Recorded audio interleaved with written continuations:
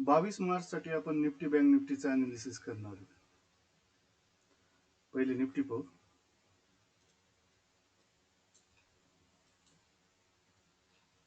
निफ्टीला जर बघितलं तर निफ्टीमध्ये कंटिन्यू अनडिसिजन कॅन्डल बनवत चाललं. बँक निफ्टीमध्ये बी अनडिसिजन कॅन्डल बनवत चाललं. म्हणजे वन डे मध्ये ना निफ्टी बँक निफ्टी खूप वॉलेटाईल व्हायला.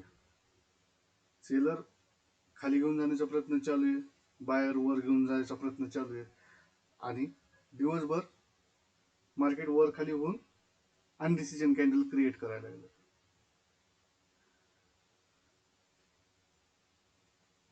आपला जो निफ्टीचा हा सपोर्ट झोन होता, हा सपोर्ट झोन ब्रेक झाला. परत दुसऱ्या दिवशी अनडिसिजन कॅन्डल बनली आणि ह्या अनडिसिजन कॅन्डलचा हाय ब्रेक झाला. जे आपण एक समजू शकतो की मार्केट थोडंसं बुलिश झालंय. एक बुलिश झालंय म्हणा की एक पुल बॅक घेतलाय म्हणा. आता उद्याच्याला आपण निफ्टीमध्ये ट्रेड कुठं करणार आहेत. जर का 15 मिनिटाच्या टाइम फ्रेमवर आलो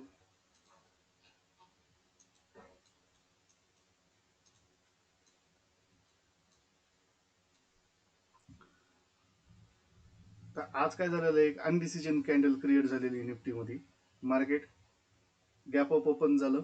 गॅप अप ओपन होऊन एक मार्केटनी अप डाऊन दोन्ही साईडची मोमेंटम दिली आणि एक अनडिसिजन कॅन्डल क्रिएट झालेली आहे. तर उद्याच्या आपण अनडिसिजन कॅन्डलसाठी ट्रेड करणार आहेत ब्रेकआउट ट्रेड. तर आपल्यासाठी काय असणार आहेत, 22,073 ते 22,094 हा आपला काय राहणार आहे, रेजिस्टन्स झोन राहणार आहे. हा आपला काय राहणार आहे, रेजिस्टन्स झोन राहणार आहे.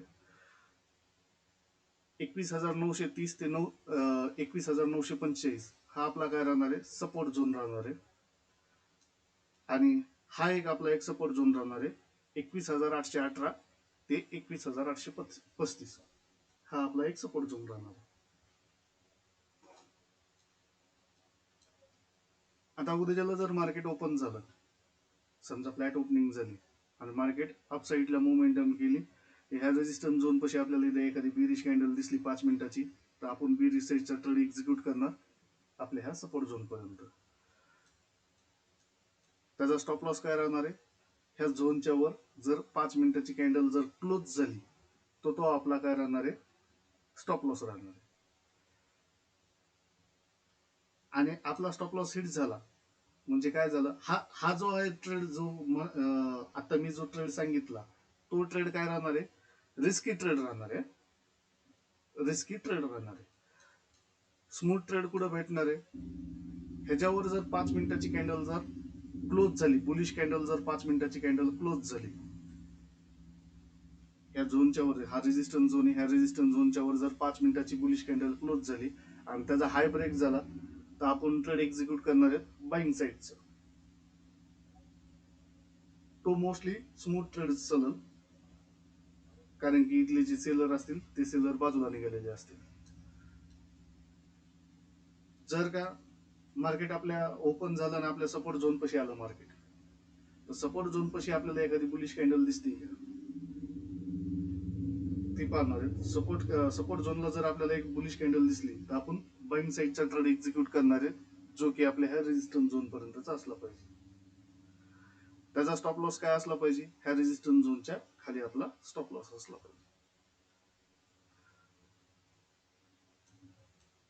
जर का ह्या झोनच्या खाली जर 5 मिनिटाची कॅन्डल बिरिश कॅन्डल जर क्लोज झाली, तर आपला माइंडसेट लगेच चेंज झाला पाहिजे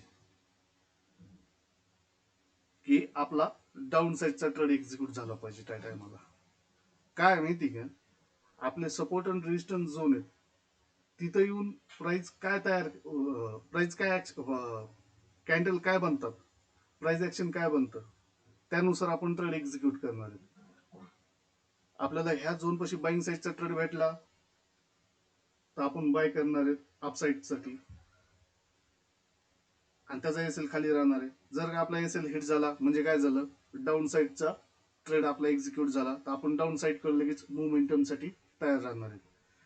आणि डाऊन साईडचा ट्रेड आपण मोस्टली ह्या झोन पर्यंत घेणार आहेत, 21,818 ते 21,835.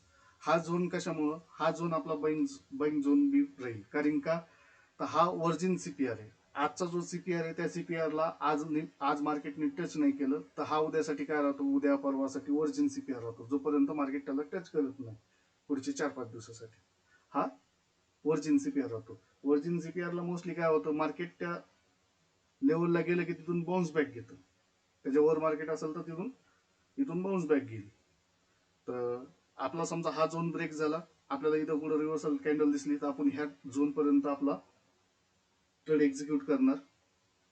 आणि ह्या झोन पासून आपण परत एक बाईंग साईडचा ट्रेड एक्झिक्यूट करणार ह्या झोन पर्यंत. तर आपल्याला निफ्टीमध्ये 3 लेवल भेटलेले आहेत. हा रेजिस्टन्स झोन, हा सपोर्ट झोन, हा सपोर्ट झोन. हा रेजिस्टन्स झोन आहे. मग ह्या रेजिस्टन्स झोन जर अपसाईडने ब्रेक झाला तर मग आपण इथं ट्रेड एक्झिक्यूट करणार नाहीत का, करणार आपण. हा रेजिस्टन्स झोन ब्रेक झाला तर आपण ट्रेड एक्झिक्यूट करणार अपसाईडचा. पण आपल्याला इथं बेरिश साईडचा ट्रेड भेटला तर आपण तो बी मिस करणार नाही, तो बी आपण एक्झिक्यूट करणार. जास्तीत जास्त आपला एक एसएलच जाईल. तसंच इथं आपल्या सपोर्ट झोन लावी. ह्या सपोर्ट झोन जर अपसाईड इथं जर आपल्याला बुलिश ट्रेड भेटला तर आपण अपसाईडचा ट्रेड एक्झिक्यूट करणार, त्याचा एसएल खाली राहील ह्या झोनच्या खाली. जर आपला एसएल हिट झाला म्हणजे काय, आपला आपण त्या ट्रेड मधून एक्झिट झालो आणि डाऊन साईडचा लगेच आपण ट्रेड एक्झिक्यूट करणार, जो की आपल्या ह्या सपोर्ट झोन पर्यंत असणार आहे. आणि ह्या सपोर्ट झोनला बी आपण बाईंग साईडचा आपल्याला ट्रेड भेटला तर आपण तो बी तसाच एक्झिक्यूट करणार आहे. हे झाले निफ्टीचे लेवल. ह्याचा स्क्रीनशॉट तुम्हाला काढून घ्यायचा असला तर काढून घ्या, नाही तर आपल्या इनग्रेव वेल टेलिग्राम चॅनलवर तुम्हाला ह्याचा स्क्रीनशॉट भेटून जाईल.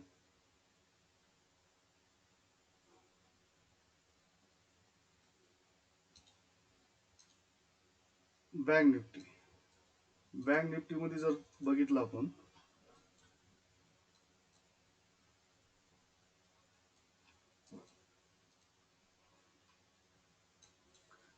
बँक निफ्टी कंटिन्यू डाऊन साईडला मोमेंटम करत होता. तर त्या मोमेंटम मध्ये कसं होतं, इंट्राडे मध्ये कंटिन्युअसली वॉलटाईल राहायचा. स्मूथ आपल्याला कोणतीच आपल्याला डाऊन साईडची मोमेंटम भेटली नाही. वॉलटाईल होऊन अनडिसिजन कॅन्डल क्रिएट करायचा. तर आपल्या सपोर्ट झोन पाशी अनडिसिजन कॅन्डल क्रिएट केली आणि आज मार्केट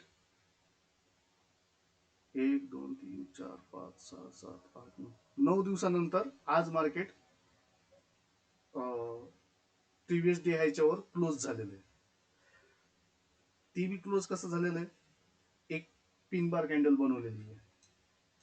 आता ह्या पिन बार कॅन्डलला काय असतं, ह्या पिन बार कॅन्डलचा जर हाय ब्रेक झाला, जसा अनडिसिजन कॅन्डलला आपण ट्रेड करतो, हाय ब्रेक झाला तर आपण अपसाईडचा ट्रेड एक्झिक्यूट करणार, लो जर ब्रेक झाला तर आपण डाऊन साईडचा ट्रेड एक्झिक्यूट करणार.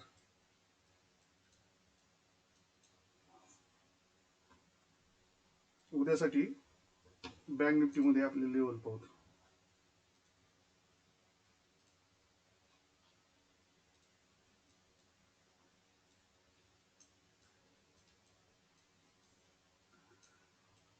46,904 तर 47,000,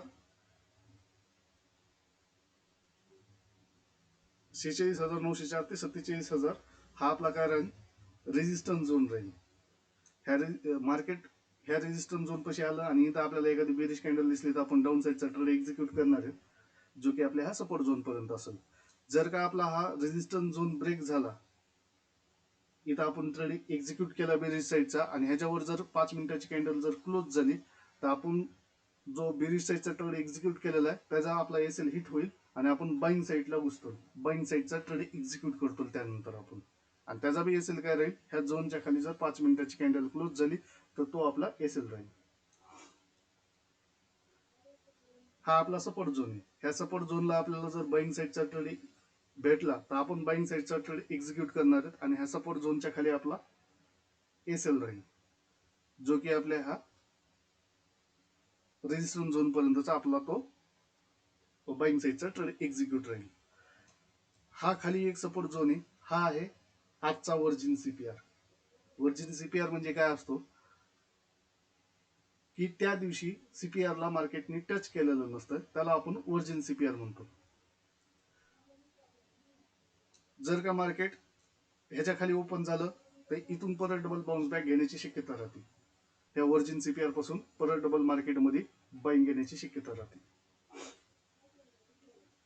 जर का उद्याच्याला मार्केट ह्या झोनच्या खाली जर ओपन झालं तर आपण काय करणार आहेत, ह्या झोन पासून जो की आहे 46,235 ते 46,293, तर ह्या झोन पाशी आपल्याला एखादी बुलिश कॅन्डल दिसते की आपण पाहणार आहेत आणि आपण बाईंग साईडचा ट्रेड एक्झिक्यूट करणार ह्या झोन पर्यंत.